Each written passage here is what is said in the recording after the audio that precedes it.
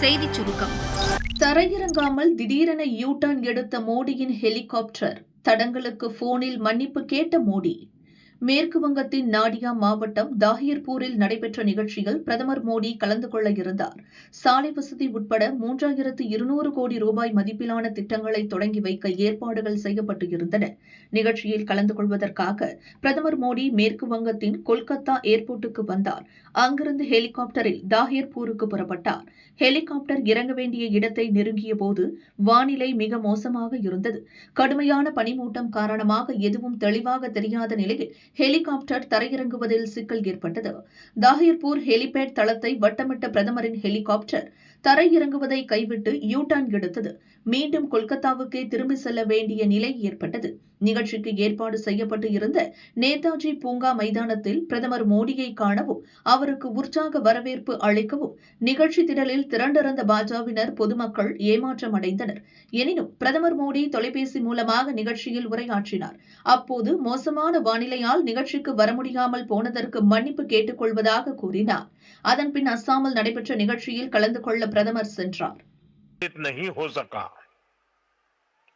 कोहरे की वजह से वहां हेलीकॉप्टर उतरने की स्थिति नहीं थी, इसलिए मैं आपको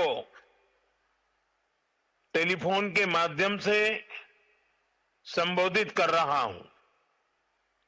मुझे ये भी जानकारी मिली है कि रैली स्थल पर पहुंचते समय खराब मौसम की वजह से भाजपा परिवार के कुछ कार्यकर्ता रेल हादसे का शिकार हो गए हैं।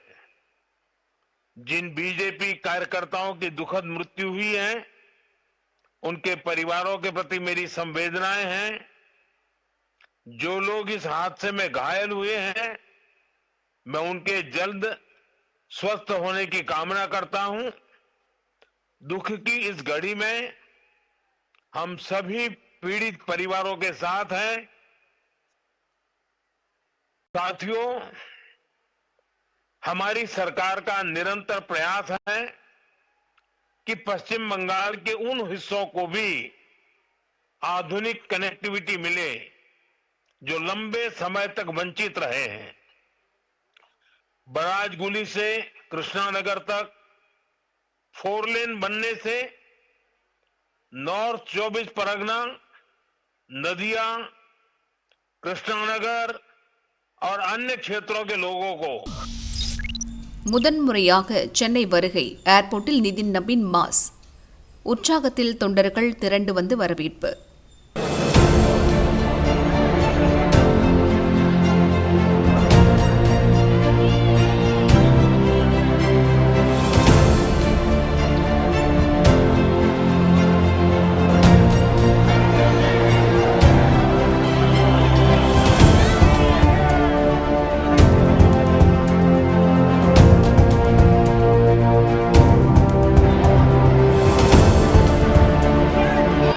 பாரதிய ஜனதா தேசிய செயல் தலைவராக நிதின் நபீன் கடந்த 15ஆம் தேதி பதவியேற்றார்.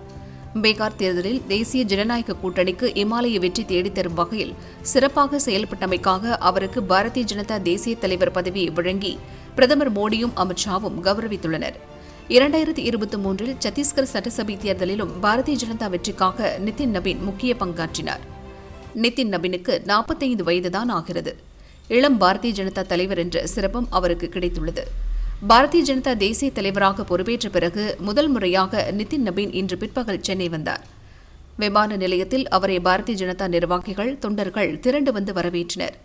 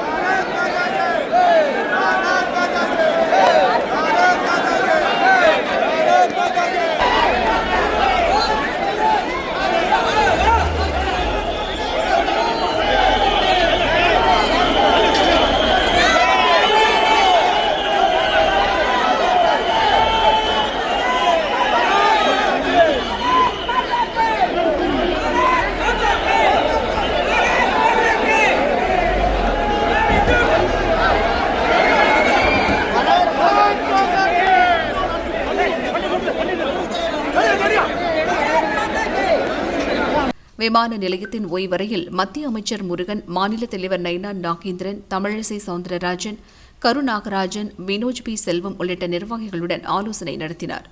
அதன் பிறகு முருகன் மற்றும் நைனா நாகேந்திரனுடன் திறந்த ஜீப்பில் புறப்பட்டார். தன்னை வரவேற்க விமான நிலையத்தில் திரண்டிருந்த ஆயிரக்கணக்கான பாரதிய ஜனதாவினரை பார்த்து உற்சாகமாக கையசைத்தபடி விமான நிலையத்தை விட்டு வெளியே வந்தார்.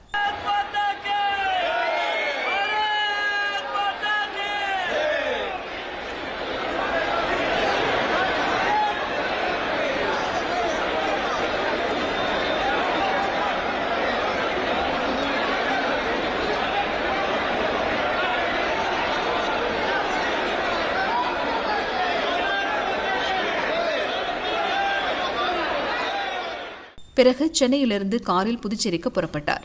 இன்றும் நாளையும் புதுச்சேரியில் பல்வேறு கட்சி நிகழ்வுகளில் பங்கேற்கிறார். புதுச்சேரி சட்டசபை தேர்தல் பணிகள் தொடர்பாக கட்சியினருடன் முக்கிய ஆலோசனை நடத்துகிறார். நாளை மீண்டும் சென்னை வந்து விமானம் மூலம் டில்லி திரும்புகிறார்.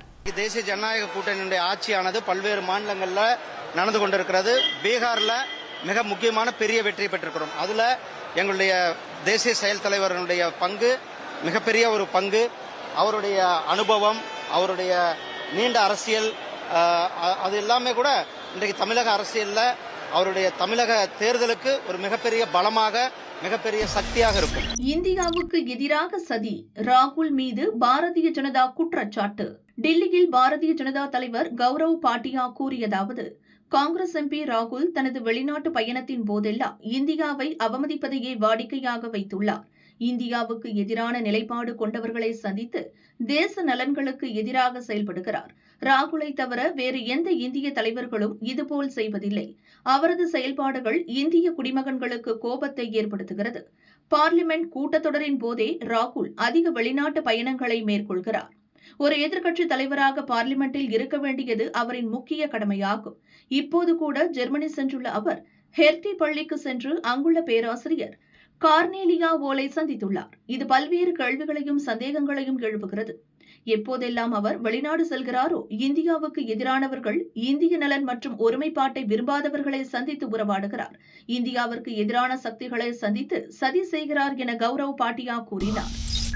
பிரபல நடிகர் ஸ்ரீனிவாசன் மரணம். ரஜினி, கமல், மோகன்லால் உருக்கம். சிரிக்க சிந்திக்க வைத்த மாபெரும் கலைஞன். சமூகத்தில் புரையோடி போயிருக்கும் அவலங்களை நகைச்சுவையுடன் எடுத்து சொல்லி சிரிக்கவும் சிந்திக்கவும் வைத்து கேரள மக்களின் மனங்களில் நீங்கா இடம் பிடித்த பிரபல மலையாள நடிகர் ஸ்ரீனிவாசன் காலமானார். அவருக்கு வயது 69.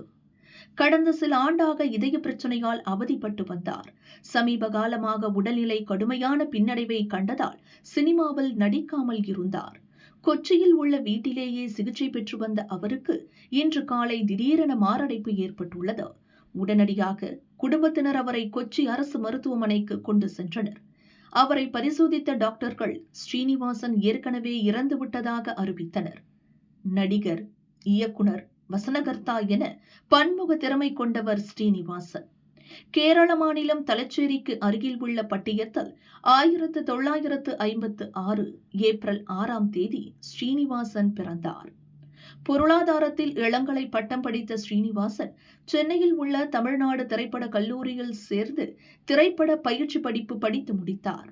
1977ஆம் ஆண்டு P.A. பக்கரின் மணிமுழக்கம் என்ற மலையாள படம் மூலம் ஸ்ரீனிவாசன் சினிமாவில் அறிமுகமானார்.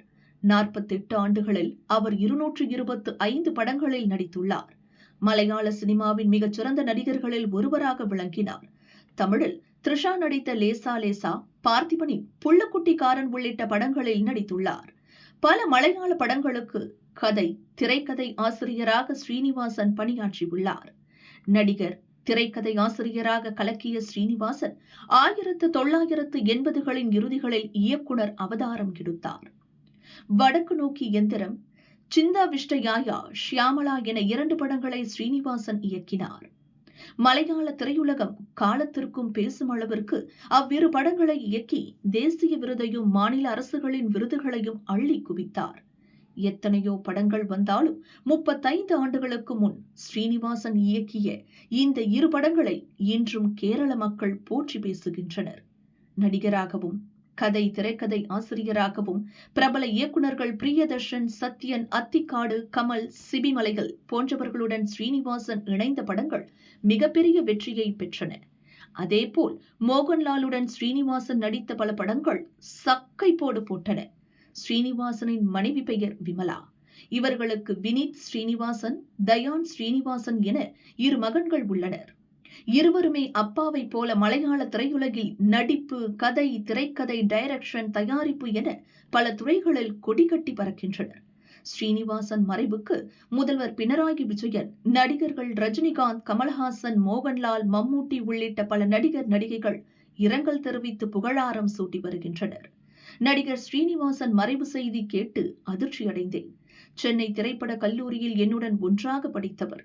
அருமையான நடிகர், நல்ல மனிதர். அவரது ஆன்மா சாந்தி அடைய பிரார்த்திக்கிறேன் என ரஜினிகாந்த் இரங்கல் செய்தி வெளியிட்டுள்ளார். சில கலைஞர்கள் மகிழ்விப்பார்கள், சிலர் அறிவூட்டுவார்கள், சிலர் தூண்டுகோலாக இருப்பார்கள். ஆனால் ஸ்ரீனிவாசன் இது அனைத்தையும் செய்தார். ஒரு அற்புதமான நடிகருக்கு எனது ஆழ்ந்த அஞ்சலிகள் என நடிகர் கமல்ஹாசன் இரங்கல் தெரிவித்தார். ஸ்ரீனிவாசனின் கதாபாத்திரங்கள் மக்களின் வலியையும் மகிழ்ச்சியையும் சித்தரிக்கும் வகையில் இருந்தன. ஸ்ரீனிவாசனை தவிர வேறு யாராலும் நடுத்தர வர்க்கத்தினரின் கனவுகளையும் ஏமாற்றங்களையும் திரையில் உணர்வு பூர்வமாக சொல்லியிருக்க முடியாது என நடிகர் மோகன்லால் கூறினார். ஸ்ரீனிவாசன் உடலுக்கு முதல்வர் பினராயி விஜயன் உள்ளிட்ட தலைவர்கள், நடிகர்கள் மம்மூட்டி, மோகன்லால், முகேஷ், இயக்குநர்கள் அடூர் கோபாலகிருஷ்ணன், பிரியதர்ஷன், சிபிமலையில் உள்ளிட்ட திரையுலகினரும் அஞ்சலி செலுத்தினர். நடிகர் ஸ்ரீனிவாசன் விமலாவை காதல் திருமணம் செய்தார். 1974 விமலா கண்ணூரில் உள்ள கல்லூரியில் படித்தபோது பஸ் ஸ்டாப்பில் நின்றிருந்தார். அங்கு விமலாவை பார்த்ததும் காதலிக்க துவங்கினார். 10 ஆண்டுகள் காதலித்த பிறகு 1984 திருமணம் செய்தனர். பெற்றோரின் எதிர்ப்பை மீறித்தான் இவர்கள் திருமணம் நடந்தது. அப்போது ஸ்ரீனிவாசன் கையில் பணம் இல்லை. மம்மூட்டியை பார்த்து 2000 ரூபாய் கடன் கேட்டார். பணம் தர சம்மதித்த மம்மூட்டி, கல்யாணத்துக்கு நானும் வருவேன் என்றார். அதற்கு ஸ்ரீனிவாசன், நானே திருட்டு கல்யாணம் பண்றேன், நீங்க வந்தா கல்யாணமே நடக்காது, கூட்டம் கூடிடும், காரியம் கெட்டுடும், அதனால நீங்க வந்துடாதீங்க என மம்மூட்டியிடம் சொல்லிவிட்டு பணத்தை வாங்கி சென்றிருக்கிறார். இதை ஒருமுறை டிவி பேட்டியில் ஸ்ரீனிவாசன் கூறியிருந்தார். அதுபோல அவர் காமெடியாக சொன்ன அர்த்தம் பொதிந்த கருத்துக்களை மலையாள ரசிகர்கள் பகிர்ந்து அவருக்கு அஞ்சலி செலுத்தி வருகின்றனர். நள்ளிரவில் பெண் நிர்வாகி வீட்டில் வசமாக பிடிபட்ட தவேக நிர்வாகி, ரவுண்டு கட்டிய உறவினர்கள்.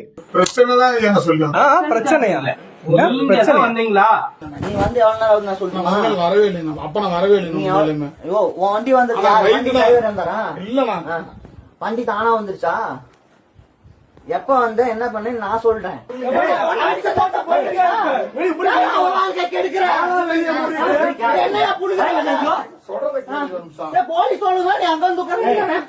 தமிழக வெற்றி கழகத்தின் நாமக்கல் கிழக்கு மாவட்ட செயலாளராக இருந்தவர் செந்தில்நாதன். நீண்ட காலமாக விஜய் ரசிகர் மன்ற தலைவராக இருந்தவர். செந்தில்நாதன் திருச்செங்கோடு அருகே உள்ள கூட்டப்பள்ளி என்ற இடத்தில் உள்ள தவேக மாவட்ட மகளிர் அணி அமைப்பாளர் ஒருவரின் வீட்டிற்குள் நள்ளிரவில் தனியாக சென்று கதவை பூட்டிக் கொண்டதாக கூறப்படுகிறது. இருவரும் தனிமையில் இருந்தபோது அந்த பெண் நிர்வாகியின் உறவினர்கள் கதவை உடைத்துக் கொண்டு உள்ளே சென்றுள்ளனர். தவேக மகளிர் அணி நிர்வாகியுடன் செந்தில்நாதனுக்கு திருமணத்தை மீறிய உறவு இருந்ததாக தெரிகிறது. இதை அறிந்த உறவினர்கள் இருவரையும் தாக்கியுள்ளனர். விடிய விடிய பிரச்சனை நடந்துள்ளது. விடியற் காலையில்தான் செந்தில்நாதனை அனுப்பியுள்ளனர். இது தொடர்பான வீடியோ வைரலானது.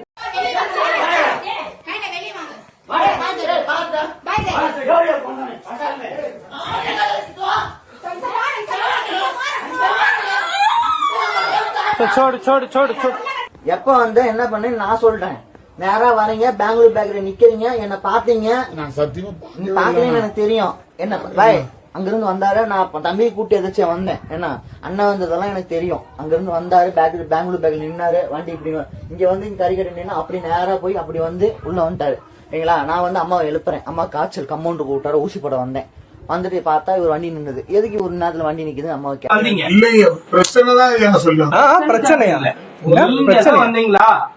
இச்சூழலில் தவேக நாமக்கல் கிழக்கு மாவட்ட செயலாளர் பொறுப்பில் இருந்து செந்தில்நாதன் நீக்கப்பட்டார். பாலியல் விவகாரத்தில் சிக்கி தவிக நிர்வாகி நீக்கப்பட்டது அக்கட்சியினர் இடையே பேசுபொருள் ஆகியுள்ளது. ஆனால் தம் பெயருக்கு களங்கம் ஏற்படுத்த வேண்டும் என்பதற்காக அரசியல் காழ்ப்புணர்ச்சியால் சிலர் தம்மை சிக்க வைத்ததாக செந்தில்நாதன் கூறியுள்ளார். இம்ரானுக்கு அடுத்த தண்டனை, இந்த முறை 17 ஆண்டு ஜெயில். பாகிஸ்தான் அரசியலில் அடுத்தடுத்து அதிர்ச்சி. பாகிஸ்தான் தெஹ்ரிக்-இ-இன்சாப் கட்சியின் தலைவரும் அந்த நாட்டின் முன்னாள் பிரதமருமான இம்ரான்கான் மற்றும் அவரது மனைவி புஷ்ரா பீபிக்கு மேலும் ஒரு வழக்கில் பாகிஸ்தான் கோர்ட் சிறை தண்டனை விதித்திருப்பது பரபரப்பை ஏற்படுத்தியுள்ளது. இம்ரான்கான் பிரதமராக இருந்தபோது அவரும் அவரது மனைவியும் பெற்ற பரிசு பொருட்களில் ஊழல் செய்ததாக குற்றச்சாட்டு எழுந்தது. அதாவது 2021இல் சவுதி மன்னர் மற்றும் அந்த நாடு இம்ரான் பீபி தம்பதிக்கு தங்க நகைகள், வைரங்கள், ரோலக்ஸ் கைகடிகாரங்களை பரிசாக வழங்கியது. அவற்றை அரசு கருவூலத்தில் ஒப்படைக்காமல் 2 பேரும் மோசடி செய்து விட்டார்கள் என்பதுதான் குற்றச்சாட்டு. பரிசு பொருட்களின் விலை சுமார் 11 கோடி ரூபாய். இது தொடர்பான ஊழல் வழக்கு அடியாலா சிறப்பு கோர்ட்டில் நடந்து வந்தது. இந்த வழக்கில்தான் இன்று தீர்ப்பு வெளியானது. அதன்படி நம்பிக்கை மோசடி செய்த குற்றச்சாட்டில் 7 ஆண்டும், ஊழல் செய்த குற்றச்சாட்டில் 10 ஆண்டும் என மொத்தம் 17 ஆண்டு இம்ரானுக்கும் அவரது மனைவிக்கும் சிறை தண்டனை விதித்து நீதிபதி தீர்ப்பு கூறினார். தம்பதிக்கு தலா 1.64 கோடி ரூபாய் அபராதமும் விதித்தார். இதேபோன்ற ஊழல் வழக்கில்தான் ஏற்கனவே இம்ரான்கானுக்கு சிறை தண்டனை விதிக்கப்பட்டது. முதல் வழக்கை தோஷகானா பார்ட் 1 என்றும், இரண்டாவது வழக்கை தோஷகானா பார்ட் 2 என்றும் பாகிஸ்தானில் சொல்வார்கள். காரணம், தோஷகானா என்பது முகலாய மன்னர்கள் ஆபரணங்கள் வைத்திருக்கும் கருவூல அறையை குறிக்கும். கருவூலம் தொடர்பான ஊழல் என்பதால் இந்த பெயர் வந்தது. ஏற்கனவே வெவ்வேறு ஊழல் வழக்குகளில் கைதாகி அடியாலா சிறையில் இருக்கிறார் இம்ரான்கான். இப்போது வந்து இருக்கும் தீர்ப்பு அவருக்கு இன்னும் பின்னடைவை ஏற்படுத்திவிட்டது. சமீபத்தில் தான் சிறையில் வைத்தே இம்ரான்கானை பாகிஸ்தான் அரசு கொன்றுவிட்டது என்ற குற்றச்சாட்டு எழுந்தது. பெரிய போராட்டங்களும் வெடித்தன. சட்டம் ஒழுங்கு கேள்விக்குறியான நிலையில் இம்ரான் தங்கை உஸ்மா கானுக்கு இம்ரானை சந்திக்க அனுமதி வழங்கப்பட்டது. இம்ரானை பார்த்த பிறகு செய்தியாளர்களிடம் பேசிய உஸ்மா, இம்ரான் உயிரோடுதான் இருக்கிறார், ஆனால் மனரீதியாக அவரை சித்திரவதை செய்கின்றனர் என்று கூறியிருந்தார். இந்து இளைஞரின் உயிர் பறித்த வங்கதேச கொடூரர்கள் 7 பேர் கைது. வன்முறையாளர்களுக்கு எச்சரிக்கை. வங்கதேசத்தில் கடந்த ஆண்டு அப்போதைய பிரதமர் ஷேக் ஹசீனாவுக்கு எதிராக துவங்கிய போராட்டம் பெரும் கலவரமாக வெடித்தது. ஹசீனாவின் வீடு, அலுவலகம் சூறையாடப்பட்டது. இதை அடுத்து பதவியை துறந்த ஹசீனா உயிர் தப்ப எண்ணி நாட்டை விட்டு வெளியேறினார். இந்தியாவில் தஞ்சமடைந்தார். இதை அடுத்து வங்கதேச அரசின் ஆலோசகராகவும் இடைக்கால தலைவராகவும் முகமது யூனிஸ் பொறுப்பேற்றார். அடுத்த ஆண்டு வங்கதேசத்தில் பொது தேர்தல் நடக்கும் என அறிவிக்கப்பட்டது. ஹசீனாவுக்கு எதிராக நடத்தப்பட்ட போராட்டத்தை முன்னெடுத்த மாணவர் அமைப்பின் தலைவர் ஷெரீப் உஸ்மான் கடந்த வாரம் தேர்தல் பிரச்சாரத்தில் களமிறங்கினார். அப்போது மர்ம நபர்கள் சிலர் அவரை துப்பாக்கியால் சுட்டு தப்பிச் சென்றனர். சிங்கப்பூரில் சிகிச்சை பெற்ற ஷெரீப் சிகிச்சை பலனின்றி இறந்தார். இதை அடுத்து ஷெரீஃபின் ஆதரவாளர்கள் கலவரத்தில் ஈடுபட்டனர். இதற்கிடையே டாக்காவில் இந்து மதத்தைச் சேர்ந்த இளைஞர் ஒருவர் இஸ்லாம் பற்றி தவறாக பேசியதாக கூறி கலவரக்காரர்களில் சிலர் அவரை அடித்துக் கொன்றனர். அத்துடன் விடாமல் அவரது உடலை மரத்தில் கட்டி தொங்கவிட்டு எரித்தனர். இந்த சம்பவம் வங்கதேசம் மட்டுமின்றி சர்வதேச அளவில் பெரும் பரபரப்பை ஏற்படுத்தியது. ஹசீனாவுக்கு எதிராக நடந்த போராட்டங்களின் போதும் அங்குள்ள இந்துக்கள் மீது வன்முறை வெறியாட்டம் நடந்தது. அதற்கு இந்தியா உட்பட பல்வேறு நாடுகள் கண்டனம் தெரிவித்தன. இந்நிலையில் தற்பொழுது மீண்டும் இந்து இளைஞர் கொடூரமான முறையில் கொல்லப்பட்ட சம்பவம் பரபரப்பை ஏற்படுத்தியுள்ளது. இச்சம்பவம் குறித்து விரிவான விசாரணை நடத்த இடைக்கால அரசின் தலைவர் யூனிஸ் உத்தரவிட்டார்.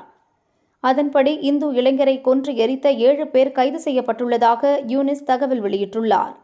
மேலும் இந்துக்களுக்கு எதிரான தாக்குதல்கள் கண்டிக்கத்தக்கவை. இதுபோன்ற செயல்களில் ஈடுபடுவோர் மீது கடும் நடவடிக்கை எடுக்கப்படும் எனவும் யூனிஸ் எச்சரித்துள்ளார். வங்கதேசத்தில் மதசார்பின்மையினராக உள்ள இந்துக்களை காக்கவும் அவர்கள் மீதான தாக்குதலுக்கு முற்றுப்புள்ளி வைக்கவும் அந்நாட்டு அரசு உரிய நடவடிக்கை எடுக்க வேண்டும் என பல்வேறு தரப்பினரும் வலியுறுத்தியுள்ளனர்.